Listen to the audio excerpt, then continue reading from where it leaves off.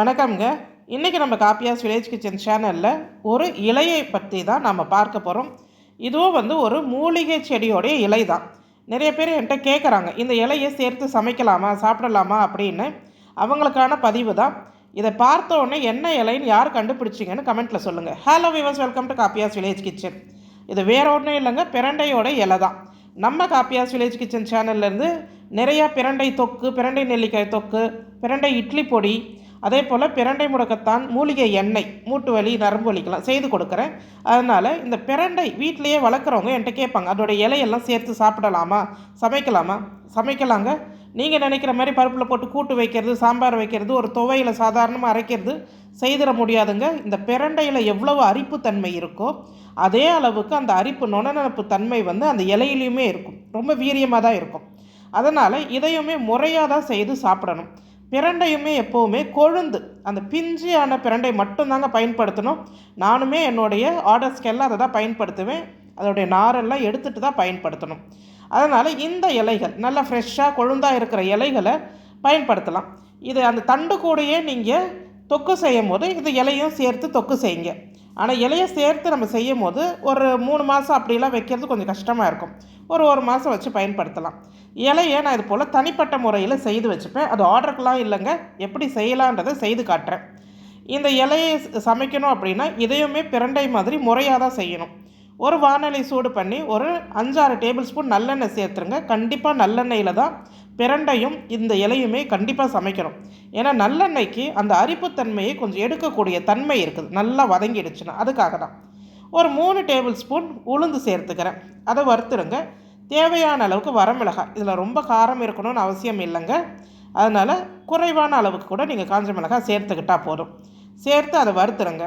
இதில் நான் ஒரு கைப்பிடி அளவுக்கு பூண்டு சேர்த்துக்கிறேன். அதாவது ஒரு 15 பல் அளவுக்கு பூண்டு உரித்து சேர்த்துட்றேன். இந்த பூண்டை சேர்த்து ஒரு நிமிஷம் போல் நல்லா வதக்கிடலாம். நான் இதில் சுவைக்காக வெங்காயம் பூண்டு சேர்த்து இதை நான் செய்து காட்டுறேன். வெங்காயம் பூண்டு வேணான்றவங்க இஞ்சி மட்டும் சேர்த்து பிரண்டை தொக்கு மாதிரியே நீங்கள் செய்துக்கலாம். இப்போ ஒரு கப் அளவுக்கு சின்ன வெங்காயம் அதை உரித்து நான் சேர்த்துக்கிறேன். கொஞ்சம் உப்பு சேர்த்து வதக்கும் போது கொஞ்சம் சீக்கிரமாக வதங்கும். நல்ல ஒரு கண்ணாடி பதத்துக்கு அந்த சின்ன வெங்காயம் வதங்கிட்டோம்.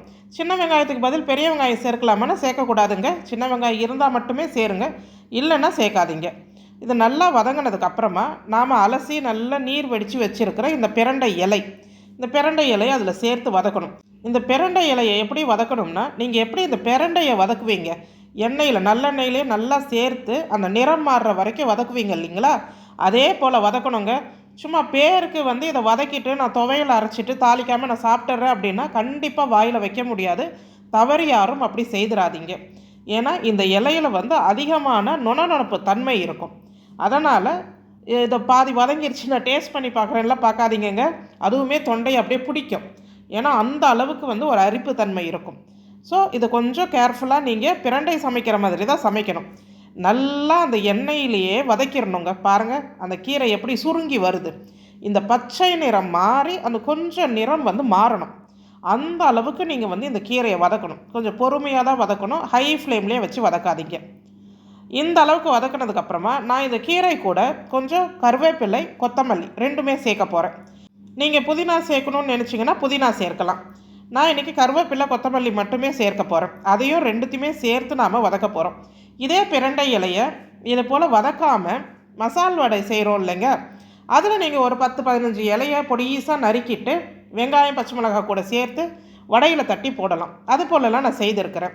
நல்லா இருக்கும். அதில் எந்த ஒரு அரிப்புத்தன்மை எல்லாம் தெரியாது, எண்ணெயிலே நல்லா வெந்துடுது அப்படின்றதுனால. ஸோ அது போலையும் நீங்கள் பயன்படுத்தலாம் உங்கள் வீட்டில் பிரண்டை செடியெல்லாம் வச்சுருந்தீங்கன்னா.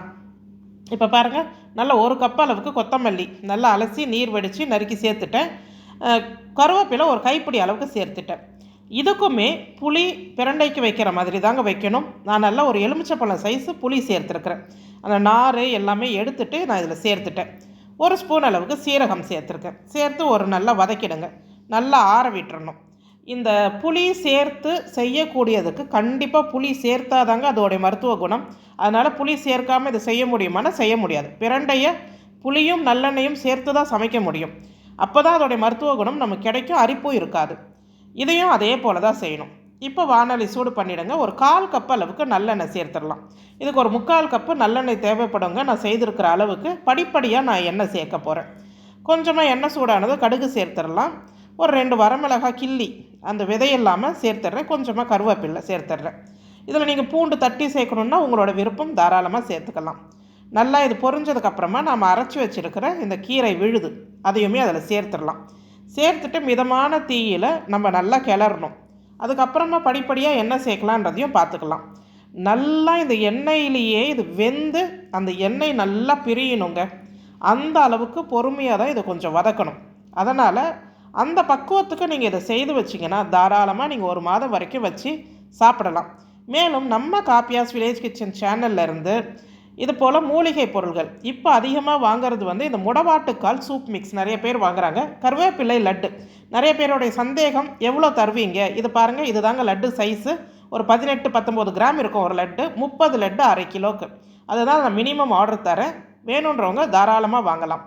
அதே போல் பிரண்டை, முடக்கத்தான், ஆவாரம்பூ, முருங்கைக்கீரை, இது போல் நிறைய மூலிகைகள் அடங்கிய இட்லி பொடி, சாதப்பொடி, சூப் மிக்ஸு, மேலும் சில ஊறுகாய் வகைகள், தொக்கு வகைகள் இதெல்லாமே செய்து தர.